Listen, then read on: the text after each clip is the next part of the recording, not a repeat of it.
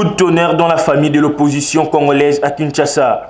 Le sénateur Pierre Lumbi, secrétaire général d'Ensemble pour le changement et ancien collaborateur spécial en matière de sécurité de Joseph Kabila, est décédé ce dimanche 14 juin à Kinshasa. Francis Kalombo, proche du défunt et membre de la structure politique dont Pierre Lumbi était secrétaire général, a fait cette annonce. On m'annonce l'irréparable. Notre secrétaire général Pierre Lumbi vient de nous quitter. Paix à son âme, a fait savoir le communiqué. Figure marquante de la société civile zaïroise des années 90 contre la dictature de Mobutu, Pierre Lumbi a été plusieurs fois ministre. Élu sénateur du Sud Kivu en 2016, s'était fixé comme objectif pendant son quinquennat la restauration de l'autorité de l'État dans la province du Sud Kivu. Il décrivait cette province comme une entité déchirée notamment par de guerres et conflits intercommunautaires.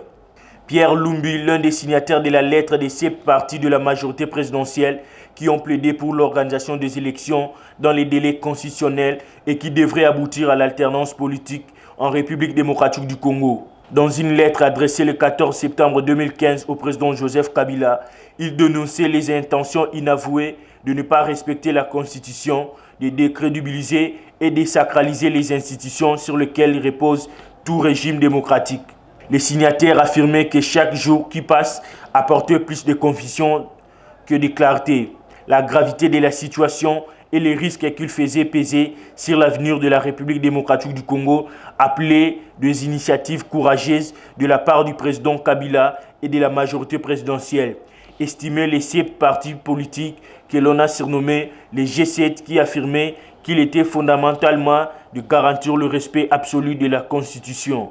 Le président Joseph Kabila va alors évoquer son conseiller spécial en matière de sécurité, Pierre Lumbi au Congo, et le ministre du Plan, Olivier Kamitatu, des 7 initiateurs d'une lettre ouverte. Pierre Lumbi va alors participer au conclave de Genève en Belgique et a donné naissance au rassemblement des forces politiques et sociales acquises au changement aux côtés d'Etienne Tshisekedi et d'autres leaders de l'opposition. En tant que tel, il va participer au dialogue politique organisé par la CENCO au centre interdiocésain. Ce dialogue va aboutir à la signature d'un accord qui va instituer une période de transition d'une année et a pour finalité l'organisation des élections présidentielles, législatives nationales et provinciales en décembre 2017. Finalement, ces élections seront organisées en 2018 et Pierre Lumbi, dont le parti politique a intégré la plateforme Ensemble, va participer à ces élections comme directeur de campagne du candidat Lamouka Martin Fayoulou. La rédaction de Safety présente de sincères condoléances à sa famille biologique ainsi qu'à toute sa famille politique. Paix à son âme.